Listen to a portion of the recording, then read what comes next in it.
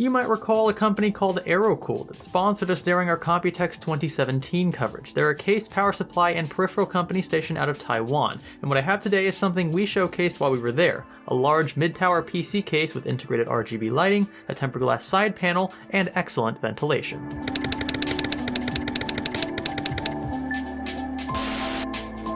So I'll be completely honest, there is a lot more to this case than meets the eye, and once you do realize how many things there are to kind of tinker with and get right, it can be a bit overwhelming. There are also several variants to choose from, including non-pro versions of both white and black C1 variants. This here is the white P7-C1 Pro model. It can be found in the video's description, and it comes well equipped with tempered glass and a solid steel frame. Aesthetically speaking, this case has a lot going for it. Now, at first glance, this might appear to be a full-size tower. It is not. By definition, it is simply a mid-tower. It only has 7 PCIe slots at the rear. This also only supports ATX motherboards, not eATX, thanks to the indentation on the right side of the case, which is useful for cable management at the rear. 2 large feet span the length of the case and also lifted a good bit off the ground for adequate PSU breathing room.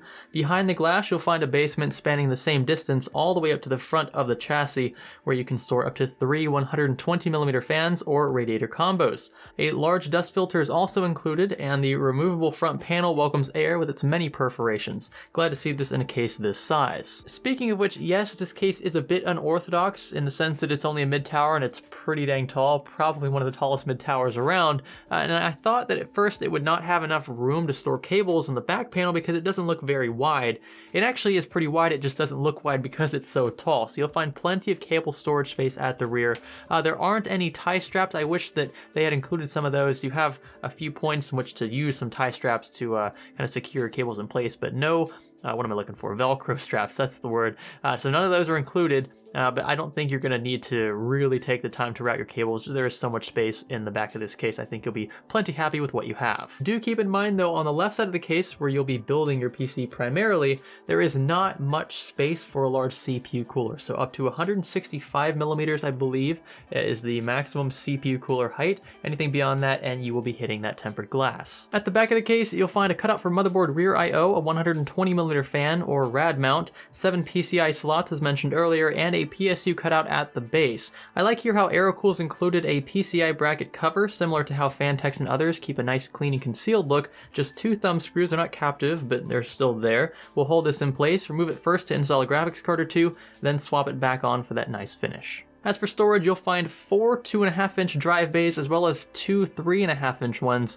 The 2 3.5-inch ones are actually mounted to the PSU from underneath. They're not mounted to the bottom of the case, which is an interesting approach. Also, you'll find 2 of the 4 2.5-inch drive bays are on top of the power supply shroud, which is nice. It's kind of like an NZXT S340 vibe here. And there is 1 large cutout for cable management. If you want to plug in HD audio though, or use that far left SSD tray, then you're going to have to kind of let your cables just spread out over the basement a bit because there's only that 1 large cutout in the center. I wish they had added a second one.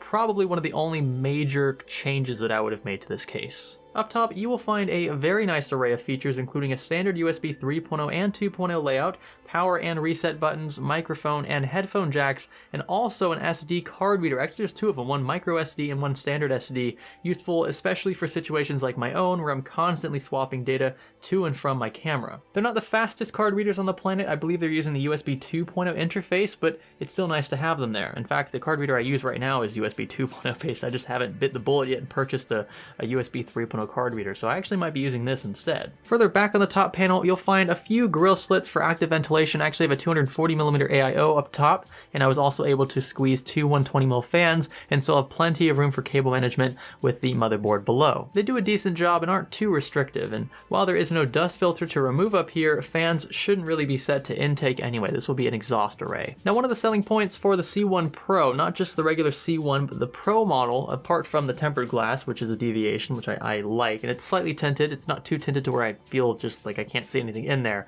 but it's nice to have tempered glass in general.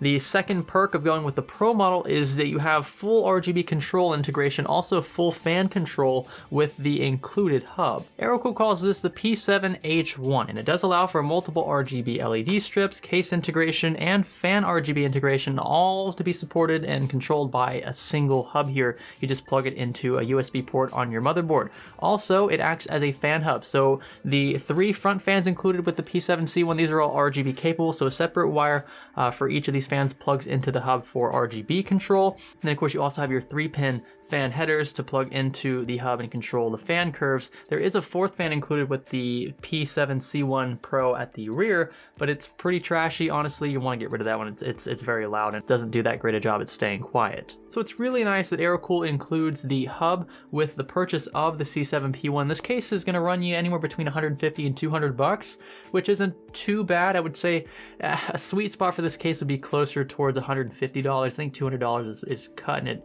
That's the upper end there. But do take into account the fact that you do get the hub, which is in itself maybe a $20, $30 value. You get 4 fans, 3 of which I suggest you keep. These are all RGB controllable. They all have separate cables for controlling RGB functionality with the hub. And the case also has integrated RGB lighting. So what I've done here, I really like this case. I like how much room it has. Being that it's only a mid-tower, I can still manage to fill up most of this space with a custom loop, and that's why I threw one in here. Now, it's not finished.